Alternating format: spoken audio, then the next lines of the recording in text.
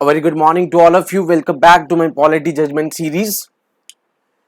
आज हम जो केस डिस्कस करने जा रहे हैं, it is also regarding the reservation for the SC and ST. And ये वाला केस जो था हमारे पास M नागराज केस जो 2006 में आया था, it is regarding the promotion level reservation. It is regarding the reservation in the promotion. यहाँ पर SC and STs के लिए प्रमोशन में भी कुछ कोटा होना चाहिए, वो केस यहां पर आया गया. एंड इसके लिए before starting the today's lecture, मैं आपको थोड़ा सा इसका हिस्टोरिकल बैकग्राउंड लेकर जाता हूं. पहले आपको सबसे पहले आप मेरी जजमेंट सीरीज में जा सकते हैं. हमारा सेकंड ही दोराई राजन केस हुआ था, जिसमें आपने देखा था फंडामेंटल राइट्स और DPSP के बीच में एक कॉन्फ्लिक्ट आई थी. यहां पर ये मेडिकल स्टूडेंट थे एंड यहां पर मेडिकल की सीट जो थी वो रिजर्व रखी गई थी for the SC, STs, Brahmins separate.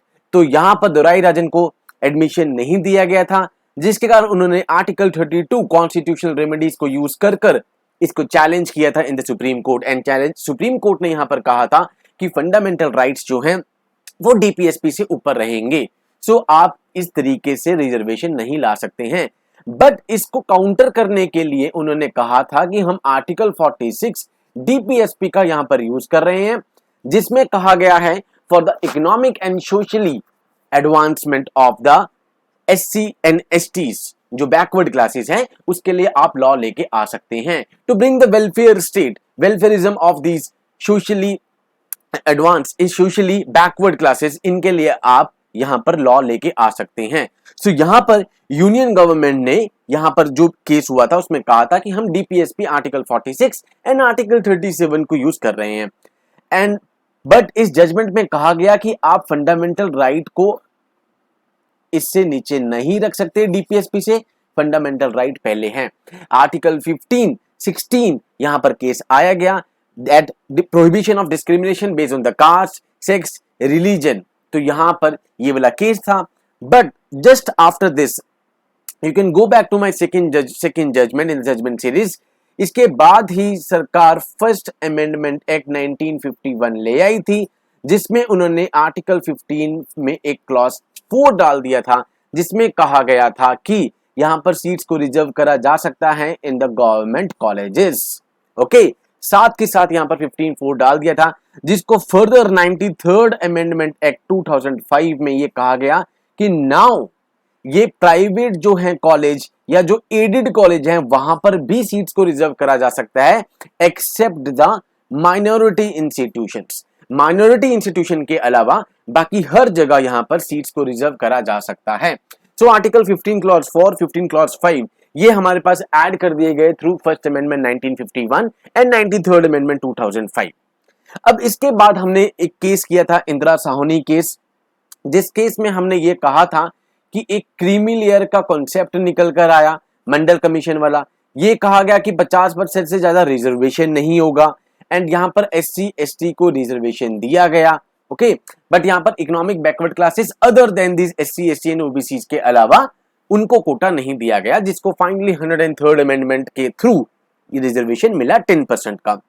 अब यहां पर SC ST के लिए तो 1950 से ही रिजर्वेशन रखा हुआ है. अब यहां पर बैकवर्ड क्लासेस के लिए भी रिजर्वेशन आया एंड कहा गया कि कुछ कंडीशंस होंगी, उन कंडीशंस में ही आप उनको रिजर्वेशन दे सकते हैं. बट जो क्रीमी लेयर में फॉल कर रहे हैं, जिनकी एनुअल इनकम 8 लाख से ज्यादा है, आप उनको रिजर्वेशन नहीं दे सकते हैं. That is all about the Indira Sawhney case और we can say Mandal commission case. अब मंडल कमीशन का जो केस आया था, उसके बाद हमारे पास 77th अमेंडमेंट एक्ट आता है 95 में. अब 77th अमेंडमेंट एक्ट क्या कहता है कि आर्टिकल 16 क्लॉज 4 जो रिजर्वेशन प्रोवाइड कर रहा है for the SC STs and for the OBCs, इसमें कहा गया कि एक क्लॉज ऐड किया जाए 4A. 4A प्रोवाइड्स रिजर्वेशन, तो दे ही रहा है, it provides reservation in the promotion. एक क्लॉज ऐड किया गया 4A, जिसमें कहा गया कि आप अब प्रमोशंस में भी इन्हें रिजर्वेशन दे सकते हैं.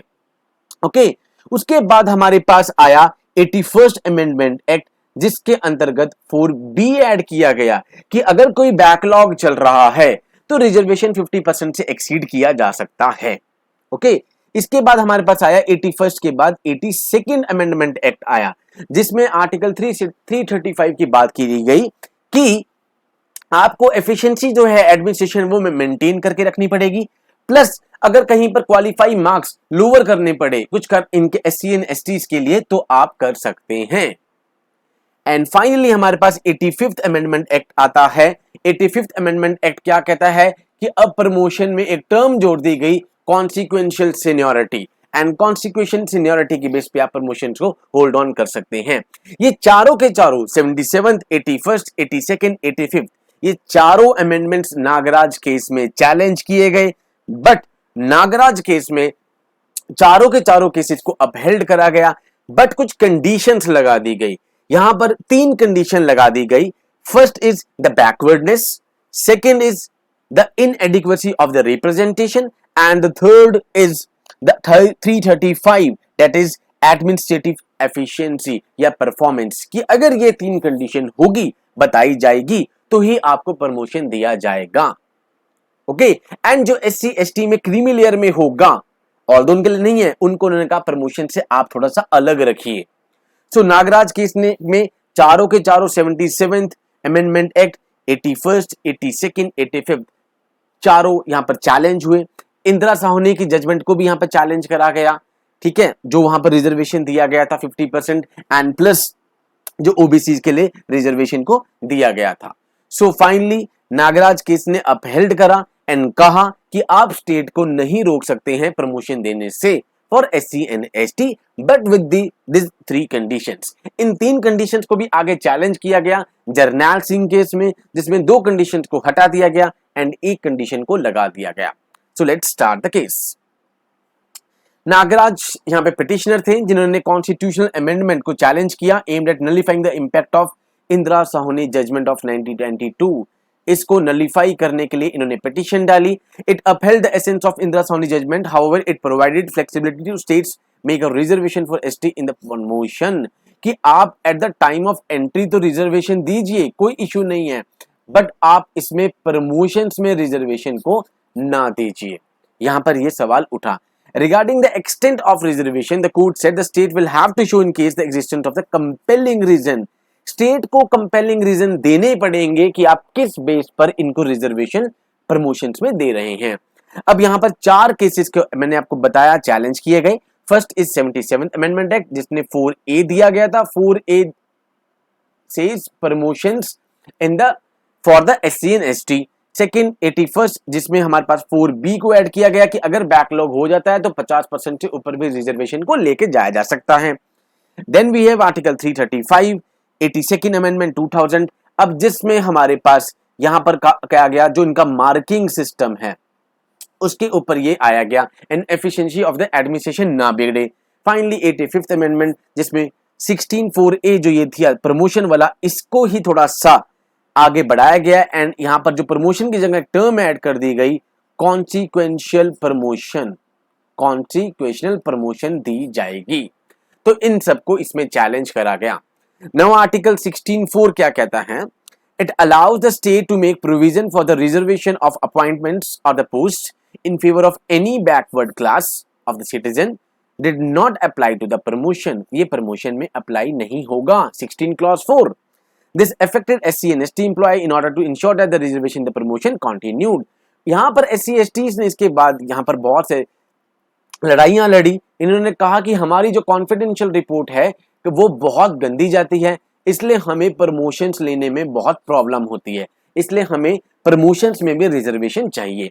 अब इसके बाद 77th अमेंडमेंट एक्ट 95 में ऐड कर दिया गया, जिसमें ये कहा गया nothing in this article shall prevent the state from making any provision for the reservation in the matter of promotion। साफ साफ कह दिया गया कि प्रमोशन में रिजर्वेशन देने से आप स्टेट को नहीं रोक सकते हैं। in favor of the scheduled caste and the scheduled tribes which in the opinion of the state are not adequately represented in the service। यहां पर आया स्टेट को डाटा देना पड़ेगा कि जहां पर वो एडिक्वेटली रिप्रेजेंट नहीं हुए हैं। ओके, यहां तक बात ठीक थी। उसके बाद 4B को ऐड करा गया। मैंने आपको बताया यहां पर इंदिरा साहनी वाले केस में जो कैप था 50%, यहां पर यह कह दिया गया कि अगर पीछे कैरी फॉरवर्ड प्रोसेस कि पीछे की सीट्स अभी नहीं फिल करी गई हैं, तो आप 50% से ऊपर को रिजर्वेशन को लेके जा सकते हैं। Nothing in this article shall prevent the state from considering any unfilled vacancies which are reserved for being filled in that year in accordance with any provision for the reservation made under clause 4 or clause 4A as a separate class of vacancies. So अगर वो हो गई है तो आपको next year वो add कर देनी पड़ेंगी। That is about the 4B. Okay. Now comes the 82nd Amendment Act, जो मैंने आपको बताया, जहां पर आर्टिकल 335 की बात आई। यहां पर क्या कहा गया, यहां पर एक चीज कहेगी, it rule that the relaxation of the qualifying marks and the standard of evaluation for the reservation in promotion were not permissible under article 16(4). कि यहां पर आप जो 335 है वहां पर एफिशिएंसी को बिगाड़ रहे हैं, एंड यहां से आप इनके क्वालिफाइंग मार्क्स कम कर कर आप इस चीज को आर्टिकल 16(4) को इक्वालिटी को तोड़ रहे हैं, ठीक है। बट यहां पर to restore the relaxation 82nd amendment ने एक प्रोविजन ऐड कर दिया जिसमें कहा गया, relaxation in the qualifying marks in any examination or lowering the standard of evaluation for the reservation in the matter of promotion to any class or class of services in connection with the affair of the states or the union। यहां पर एक special provision को add कर दिया गया, ठीक है, so that उनको वहां पर लोअर करे जा सके मार्क्स को। फाइनली 85th अमेंडमेंट आया एंड इसमें उन्होंने क्या करा कि SC ST के एम्प्लॉयज के जो इंटरेस्ट थे वो इफेक्ट हो रहे थे, इसलिए वहां पर एक वर्ड जोड़ दिया गया, कॉन्सिक्वेंशियल सीनियरिटी। कॉन्सिक्वेंशियल सीनियरिटी यहां पर ऐड कर दिया गया 16(4)A में, एंड यहां पर ये चारों के चारों चैलेंज किए गए, एंड यहां पर कंडीशंस लगाई गई from the Nagaraj judgment. First, the petitioner argued that the 4 amendments 77, 81st, 82nd, 85th आपको याद रखनी है ये, they were aimed at reversing the judgment in the Indira Sawhney case. ये इंदिरा साहनी ने कहा था कि प्रमोशन में कोटा नहीं मिलेगा, कहा था 50% से ऊपर रिजर्वेशन नहीं हो सकता, ये कहा गया था कि आर्टिकल 335 में एफिशिएंसी एडमिनिस्ट्रेशन की ना बिगड़े, इन सबको ओवर रूल कर दिया गया थ्रू द पार्लियामेंट्री अमेंडमेंट्स। तो कहा गया कि ये चारों यहां पर वायलेट कर रहे हैं, तो पार्लियामेंट को कहा गया has arrogated to its judicial review and therefore violated the basic structure. यहां पर जो बेसिक स्ट्रक्चर है उसको ही बिगाड़ रहा है। Okay, the court upheld the constitutional validity of all the 4।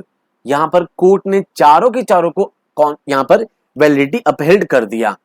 It however ruled that if the state wish to exercise their discretion and make provision for reservation in the promotion for SC ST, the state has to collect quantifiable data. First condition लगाई, quantifiable data लाना पड़ेगा आपको backwardness दिखाने के लिए कि इनके साथ बैकवर्डनेस हो रही है। सेकंड, आपको यह बताना पड़ेगा कि इनकी इनएडिक्वेसी रिप्रेजेंटेशन है पब्लिक एम्प्लॉयमेंट में।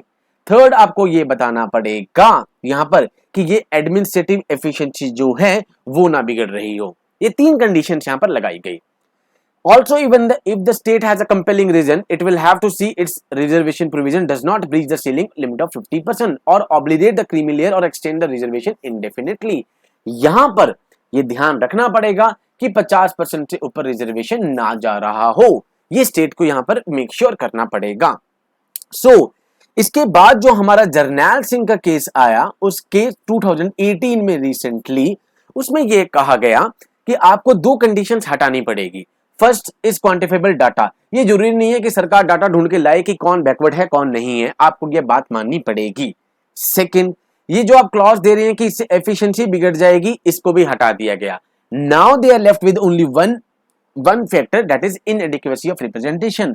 अब यहां पर स्टेट को कहा है कि आप ये डाटा प्लीज कलेक्ट कीजिए जिससे आपको पता लगे कि हायर ब्यूरोक्रेसी या हायर लेवल पर इनएडिक्वेट रिप्रेजेंटेशन है इन क्लासेस की। अगर है तो आप हमें डाटा भेजिए। बट 2 क्लॉज को यहां से हटा दिया गया। नागराज केस ने चारों के चारों जो कॉन्स्टिट्यूशनल अमेंडमेंट थे उनको अपहेल्ड करा एंड कहा कि स्टेट प्रमोशंस में भी रिजर्वेशन दे सकती है प्रोवाइडेड दिस 3 कंडीशन फुलफिल्ड, जिसको later on Jarnail Singh case में 2 कंडीशंस को दोबारा हटा दिया गया। Now they are left out with the 1 condition, inadequacy of the representation of that class in the public employment. So this is all about in the Nagaraj case. जय हिंद to all.